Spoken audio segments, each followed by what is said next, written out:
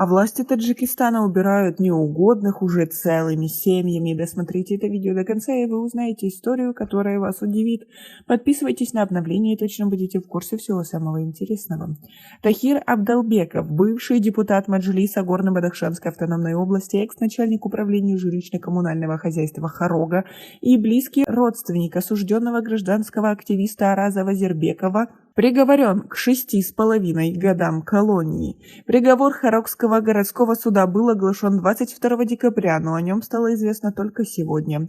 На оглашении приговора присутствовали родные, но не было адвоката Абдалбекова, сообщил источник, который предпочел остаться неназванным. По его словам, Абдалбеков был признан виновным по 2 статьям Уголовного кодекса Таджикистана: 307-я «Организация экстремистского общества» и 209-я «Производство, хранение, транспортировка либо сбыт товаров и продукции, выполнение работ или оказание услуг, не отвечающие требованиям безопасности. Тахир Абдалбеков был задержан в ноябре у себя дома и, по словам близким, подозревался в оказании материальной помощи участникам майской акции протеста в Хороге.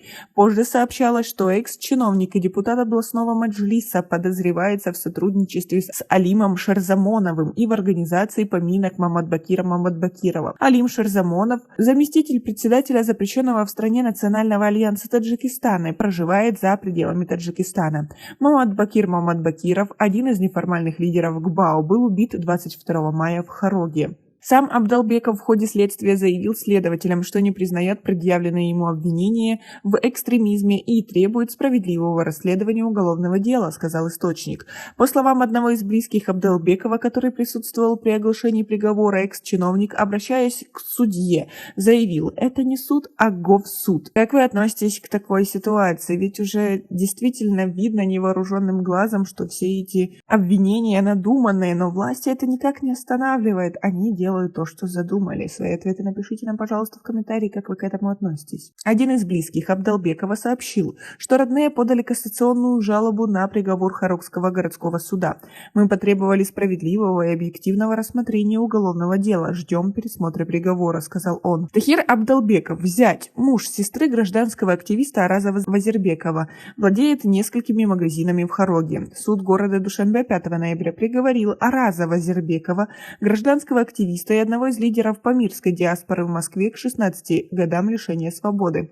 После протестов и массовых беспорядков в мае этого года в ГБАО, которые привели к гибели десятков граждан, правоохранительные органы Таджикистана задержали и арестовали сотни человек, в том числе активистов гражданского общества из Бадахшана, по обвинению в подстрекательстве к этим беспорядкам. Многие из них уже получили длительные сроки тюремного заключения. Родные этих людей утверждают, что все обвинения являются беспочвенными и их родные невиновны. Международные правозащитные организации подвергли таджикское правительство за такие действия резкой критике.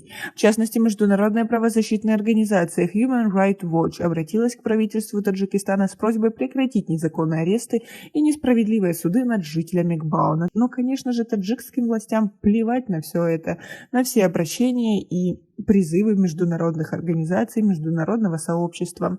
У нас пока на этом все. Оцените наше видео подпиской и лайком. До скорой встречи.